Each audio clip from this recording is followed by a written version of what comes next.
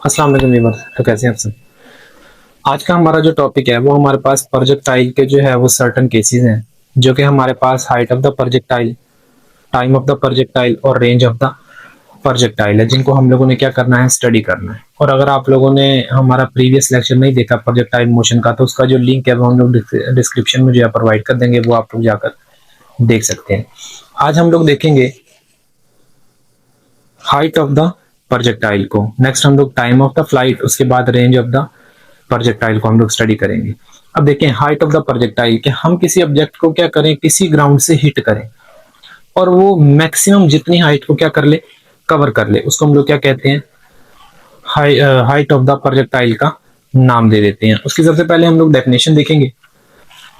Height of the projectile वो हमारे पास होता है the maximum vertical distance cover by the projectile, कि हमारे पास प्रोजेक्टाइल जो है वो वर्टिकली जितना मैक्सिमम डिस्टेंस जो है या मैक्सिमम फासला जो है वो क्या कर ले, कवर कर ले, उसको आप लोग क्या कहेंगे, हाइट ऑफ द प्रोजेक्टाइल का नाम दे देंगे। ओके, अब जैसे कि हमारे पास एक ऑब्जेक्ट है, ये दो एक्सिस है एक्स और वाई, हमने क्या किया, यहाँ से एक ऑब्जेक्ट को हिट किया और हिट करने के बाद वो एक पैराबोलिक पाथ के ऊपर मूव किया और उसने मैक्सिमम हाइट क्या की, कवर की। मैक्सिमम हाइट कवर करने के बाद वो वापस क्या किया, डाउनवर्ड डायरेक्शन में मूव करना स्टार्ट कर गया। अब मुझे ग्राउंड से और इस पॉइंट तक ये जो मैक्सिमम हाइट है ये क्या चाहिए है, फाइंड आउट करनी है। ठीक है, इसी को हम लोग क्या करेंगे, यहाँ पे मालूम करेंगे। तो हम लोग क्या करते हैं कि यहाँ पर जो इक्वेशन ऑफ मोशन यूज करेंगे वो हमारे पास थर्ड इक्वेशन ऑफ मोशन होगी, जिसको हम लोग क्या करेंगे, यूज ऑन करेंगे।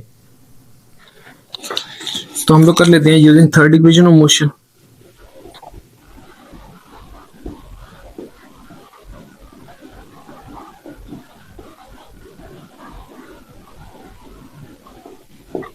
तो थर्ड इक्वेशन ऑफ मोशन जो है हमारे पास वो होती है 2as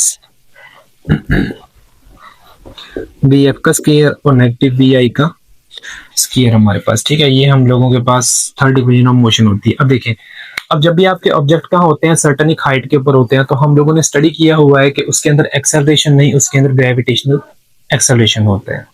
उसके बाद आप लोगों का यहाँ पर जो डिस्टेंस है वो हाइट के अंदर चेंज हो जाएगा और आपकी जो फाइनल वेलोसिटी है वो हमारे पास क्या हो जाएगी, जीरो। अब वो जीरो क्यों होगी, क्योंकि आप प्रीवियस क्लासेस के अंदर पढ़ के आए हैं कि जब भी कोई ऑब्जेक्ट अपनी मैक्सिमम हाइट को क्या करता है, अचीव करता है, तो उस पॉइंट पर आने के बाद वो एक सेकंड के लिए रुकता है, देन वो वापस से क्या करता है, नीचे की तरफ मूव करता है। अब जिस पॉइंट के ऊपर आके आपका जो ऑब्जेक्ट है वो स्टे किया है, उसी पॉइंट के ऊपर आप लोगों के पास जो फाइनल वेलोसिटी है वो क्या हो जाएगी, जीरो हो जाएगी। और इनिशियल वेलोसिटी वो है जिस वेलोसिटी के साथ हमने किसी ऑब्जेक्ट को क्या किया है, हिट करवाया है।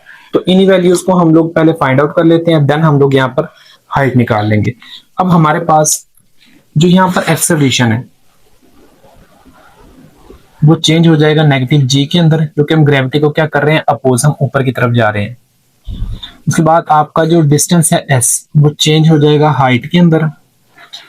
आपकी जो इनिशियल वेलोसिटी है वो हमारे पास चेंज हो जाएगी V I by vertical component की इनिशियल वेलोसिटी, और जो फाइनल वेलोसिटी है हमारे पास वो चेंज हो जाएगी वी एफ वाई के अंदर। तो इन वैल्यूज को आप लोगों ने क्या करना है, अपने इक्वेशन में पुट कर देना है। तो हम इसको पुट कर लेते हैं, तो ये हमारे पास आ जाएगा 2 नेगेटिव जी एच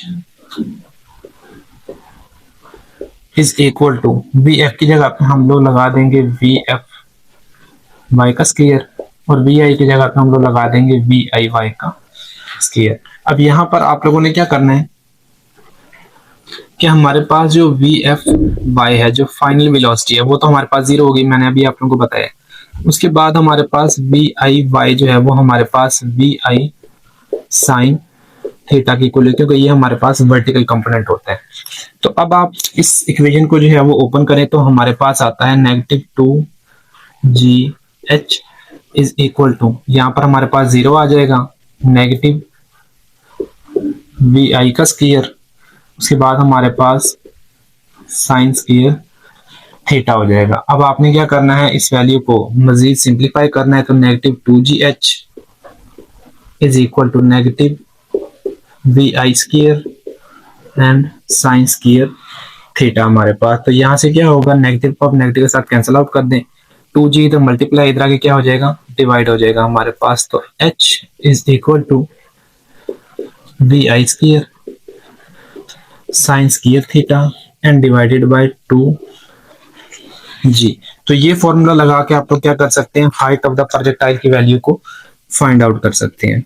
अगर हमारे पास इनिशियल वेलोसिटी है और एंगल ऑफ प्रोजेक्शन आप लोगों को मालूम है, तो ये फॉर्मूला आपने लगाना है और आप लोगों को क्या निकल आएगी, हाइट ऑफ द प्रोजेक्टाइल निकल आएगी। नेक्स्ट हम लोग देख लेते हैं range time of the flight को, कि किसी ऑब्जेक्ट को किसी इनिशियल पॉइंट से फाइनल पॉइंट तक आने में कितना टाइम लगा है। कि हम लोग क्या करें, ऑब्जेक्ट को यहाँ से हिट करें, हिट करने के बाद वो पैराबोलिक पाथ के ऊपर मूव करे और यहाँ पे आके क्या कर जाए, हिट कर जाए। तो यहाँ से और यहाँ तक आने में प्रोजेक्टाइल को कितना टाइम लगेगा, उसी चीज को आप लोग क्या कहते हैं, टाइम ऑफ फ्लाइट का नाम देते हैं। तो इसकी जो डेफिनेशन है वो हमारे पास है, the time take by a projectile to covered of distance from place the projectile to the place where it hit the ground. कि जब आपने ऑब्जेक्ट को जो है ना हिट किया और हिट करने के बाद उसको वापस ग्राउंड तक आने में कितना टाइम लगा, उस चीज को आप लोग क्या कहेंगे, टाइम ऑफ फ्लाइट का नाम दे देंगे। ये हमारे पास टाइम ऑफ फ्लाइट है। तो हमने क्या करना है, यहाँ पर सेकेंड इक्वेशन ऑफ मोशन को यूज करना है। तो हमारे पास सेकेंड इक्वेशन ऑफ मोशन क्या होती है, यूजिंग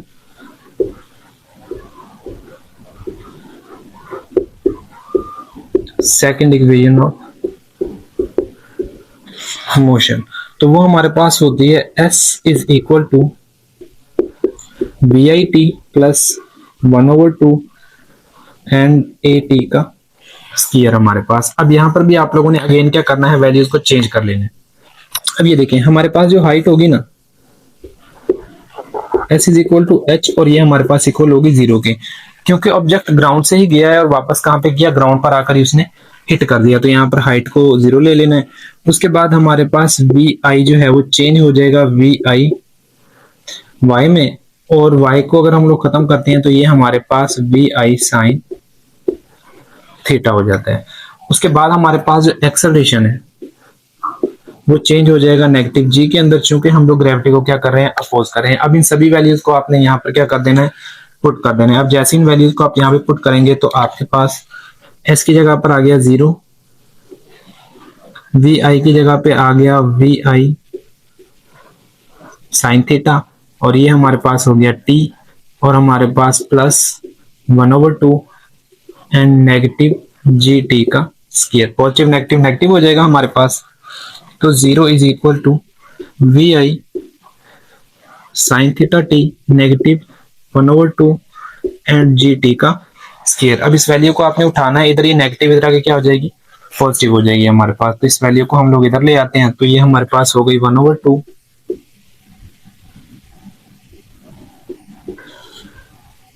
एंड जी टी का square is equal to V I sine theta और टी। एक टी की वैल्यू जो है वो टी से क्या हो जाएगी, कैंसिल आउट।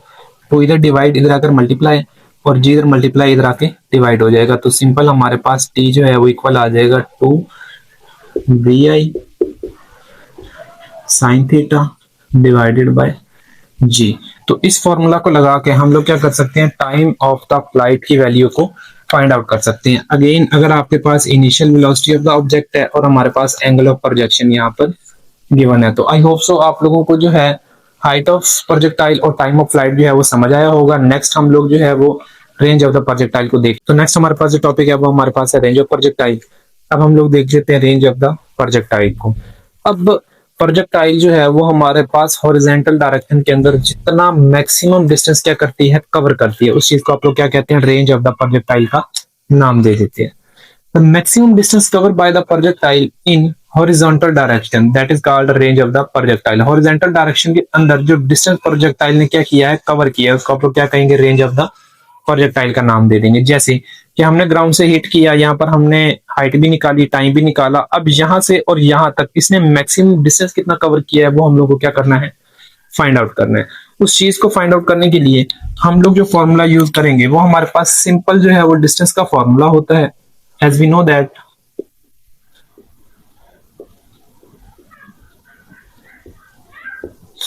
वो हमारे पास S is equal to V cross T होगा, ठीक है। अब यहाँ पर आपका जो S है वो हमारे पास चेंज हो जाएगा रेंज में, जिसको आप लोग R भी कह सकते हैं, R कह लें, उसको आप X कह लें, वो आपकी मर्जी है जो आपको कहना है। यहाँ पर हमारे पास है S इसको आप आर भी ले सकते हैं, इसको आप एक्स भी ले सकते हैं। उसके बाद जो वी है वो हमारे पास चेंज हो जाएगा वी आई एक्स के अंदर। और आपका जो टाइम है, हमने अभी टाइम ऑफ फ्लाइट की जो है वो इक्वेशन को क्या किया है, फाइंड आउट किया है, जो कि हमारे पास क्या आती है,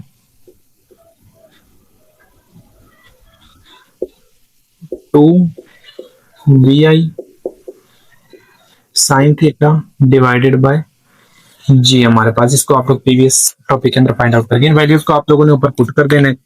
तो हमारे पास r is equal to V I की जगह पे आ जाएगा we I x and cross हमारे पास आ जाएगा 2 vi sine theta divided by जी। यहाँ पर हमारे पास जो वी आई एक्स है वो हमारे पास इक्वल होगा वी आई कॉस थीटा के। तो इस वैल्यू को भी आप पुट कर दें तो r इज इक्वल टू हमारे पास we I cos theta and cross 2vi sine theta divided by जी। अब आप क्या करें, इस वैल्यू को जो है वो मल्टीप्लाई करवा दें। जब हम इस वैल्यू को मल्टीप्लाई करवाएंगे तो वी आई के साथ मल्टीप्लाई होगा तो हमारे पास वी आई का स्क्वायर आ जाएगा। बाकी कॉस को आप इस साइड पर ले जाए और ग्रेविटी को आप बाहर निकाल लें। तो हमारे पास r is equal to V I square divided by जी। और ये हमारे पास 2 साइन थीटा और हमारे पास क्या आ जाएगा, कॉस थीटा आ जाएगा। तो ये जो चीज है ना मेरे पास, ये एक हाफ एंगल फॉर्मूला बनता है जो कि आप लोग मैथ के अंदर जो है वो स्टडी करके आते हैं। उस फॉर्मूला को हम लोगों ने यहाँ पे क्या करना है, पुट करना है। हमारे पास 2 साइन थीटा और जो कॉस थीटा है ये हमारे पास इक्वल होता है साइन 2 थीटा के। तो इस वैल्यू को आप यहाँ पे पुट कर दें तो हमारे पास जो रेंज है वो हमारे पास निकल आएगी we I square divided by जी। और यहाँ पे आ जाएगा साइन 2 थीटा। तो इस फॉर्मूला को यूज करके आप लोग क्या कर सकते हैं, रेंज ऑफ द प्रोजेक्टाइल की वैल्यू को फाइंड आउट कर सकते हैं। अब हमारे पास क्वेश्चन ये आता है कि आपकी जो रेंज ऑफ द प्रोजेक्टाइल होती है वो किस एंगल के ऊपर हमारे पास मैक्सिमम होती है। तो हमेशा याद रखना है बच्चों के हमारे पास जो रेंज ऑफ द प्रोजेक्टाइल है वो हमारे पास 45 डिग्री के ऊपर क्या होती है, इक्वल होती है। अगर मैं यहाँ पे 45 डिग्री पुट करता हूँ तो मेरे पास 45 को 2 से मल्टीप्लाई करवाएं तो 90, और साइन 90 के ऊपर साइन की जो वैल्यू है वो हमारे पास क्या रहती है, मैक्सिमम रहती है। तो वो हमारे पास maximum range of the projectile